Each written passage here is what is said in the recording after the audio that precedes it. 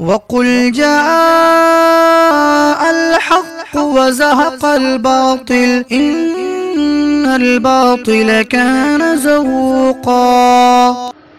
السلام علیکم ورحمۃ اللہ وبرکاتہ۔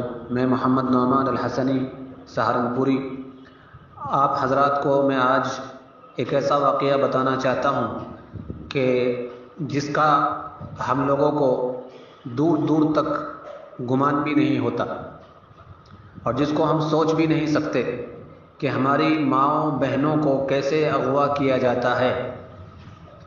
آپ حضرات کو بتا دوں، آج میں جامع مسجد سہارنپور سے نماز عشاء کے بعد نکلا اور چوکی سرائے پر گیا۔ چوکی سرائے پہ جیسا ہی میں جاتا ہوں تو کیا دیکھتا ہوں کہ ایک نوجوان سامنے کھڑا ہے اور وہ پرچے تقسیم کر رہا ہے آن لائن جاب کے، جیسا کہ آپ اوپر دیکھ رہے ہیں، work from home, online, offline, full time job. Age اس میں لکھی ہوئی ہے 18، only WhatsApp message Satish Saini. تو یہ آدمی پرچے تقسیم کر رہا تھا، تو میں نے اس سے پرچہ لیا اور یہ پرچہ لے کر کے میں نے اس پہ کال کی۔ جاب کی نیت میری نہیں تھی، میں سمجھ چکا تھا کہ یہ آدمی جو ہے یہ یقیناً بھگوا لو ٹرپ کا حصہ ہے، اور میں نے نمبر لگا کر کے دیکھا تو اسی کی پروفائل میں نے اس کے ٹرو کالر پر پائی۔ تو میں نے اس سے کہا کہ آپ یہ بتائیے کہ آپ اس کمپنی کے آنر ہیں یا آپ اس میں کام کرتے ہیں؟ تو وہ کہنے لگا کہ میں تو کام کرتا ہوں۔ میں نے کہا پھر یہ نمبر کس کا ہے؟ کہنے لگا نمبر میرا ہے۔ تو میں نے کہا کہ آپ کام بھی کرتے ہیں اور آنر بھی آپ ہی ہیں تو وہ گھبرا گیا۔ تو ہم تھوڑا آگے چلے اسے اگنور کر کے، اس نیت سے کہ اسے دیکھتے ہیں کیا کرتا ہے۔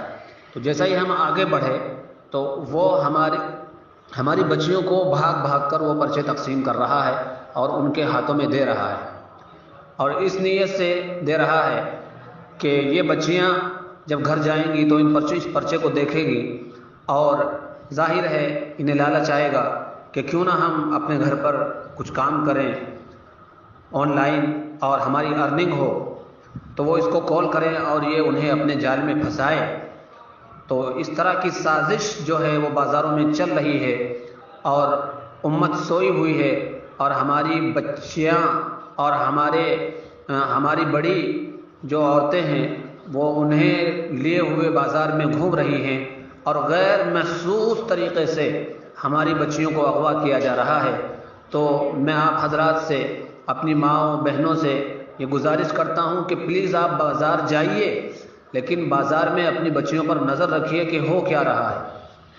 خیر، یہ شخص جو پرچے تقسیم کر رہا تھا، ہم نے اس کو پکڑا اور پکڑ کر کے ہم نے اس کو پولیس میں دے دیا۔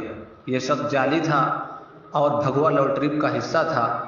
تو میں اپنے نوجوان حضرات سے یہ درخواست کرتا ہوں کہ جتنے بھی نوجوان ہیں وہ ان 2 دنوں میں یعنی 29 اور 30 کی رات میں صرف مسجدوں میں قرآن نہ پڑھیں، بلکہ اپنے یہاں بازاروں میں جا کر کے اپنی بچیوں کی نگرانی کریں اور انہیں دیکھیں کہ ہماری بچیاں کہاں جا رہی ہیں، کیسے اغوا ہو رہی ہیں، کیسے انہیں اغوا کیا جا رہا ہے۔ السلام علیکم۔